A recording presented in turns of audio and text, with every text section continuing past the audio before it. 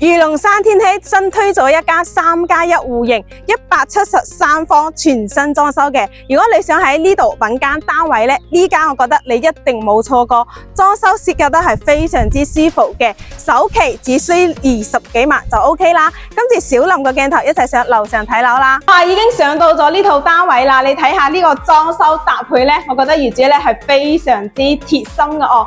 咁我哋首先睇下南向嘅一個陽台景觀先。咁呢邊陽台望出嘅景觀呢係半山中新城嘅一個別墅景啦，以及呢係可以睇到山景嘅。因為呢個位置係屬於電梯24樓，都係屬於一個高層嘅。咁呢佢呢個戶型南北對流，兩個陽台都有7米長嘅大陽台喎。後期呢你可以喺陽台嗰度擺翻張茶台啊，飲下咖啡嘅話都完全冇問題。我哋成個客廳嘅開間呢係3.8米嘅哦。咁同時客廳呢度呢都係整咗個吊頂啦，同埋送埋一個風管機俾你嘅。呢邊呢就係我哋嘅一個入戶門嘅位置，連鞋櫃都幫你安排到位啦，非常之貼心哦。咁我哋嘅餐廳位目前擺咗張6人位嘅餐台喺度。咁後期呢邊呢自己可以整翻一排嘅酒櫃同埋啲收納櫃都冇問題。對翻過嚟呢就係一個廚房啦。L 類型嘅一個廚房，目前廚房唔係好大，係可以利用翻北邊個陽台呢再擴建出嚟嘅。咁我哋北邊陽台個景觀都唔差嘅，北邊陽台呢係望到成個天禧嘅一個園林景啦，以及一個泳池嘅，係特別舒服嘅哦。你睇下呢個呢係北邊陽台7米長嘅一個大露台啦。咁呢個呢都有贈送一個雜物間嘅哦。咁雜物間依家係擺咗啲雜物喺度，大概呢都有5個平方嘅。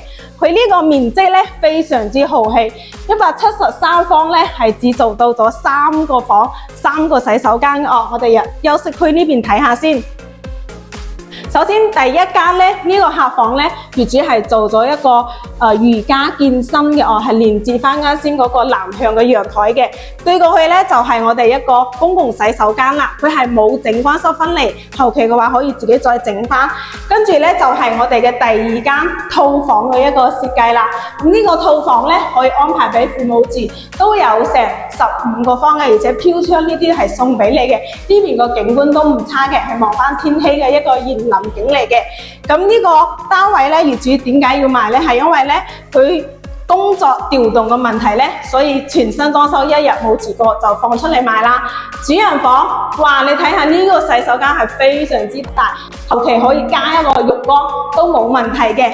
你睇我哋成個主人房呢，都有成20個方嘅，同埋呢邊個景觀同陽台個景觀係一樣嘅。咁呢個戶型呢，我哋就已經體驗啦。呢一間呢，同時係173方，天禧嚟講裝修得設計最靚嘅一間啦。呢間業主房嘅價錢呢係去到175萬嘅，仲送埋大廳嘅一個空調啦，同埋呢個電視機都係送命俾你嘅，小米嘅85寸嘅一個電視，南北對流嘅呢個戶型。如果你對呢個單位有興趣想睇樓嘅話，就嗱嗱聲聯繫小林啦。咁小林公司呢，就喺漁農山星耀1期樓下嘅德源優選房，想了解更多記得揾我啦。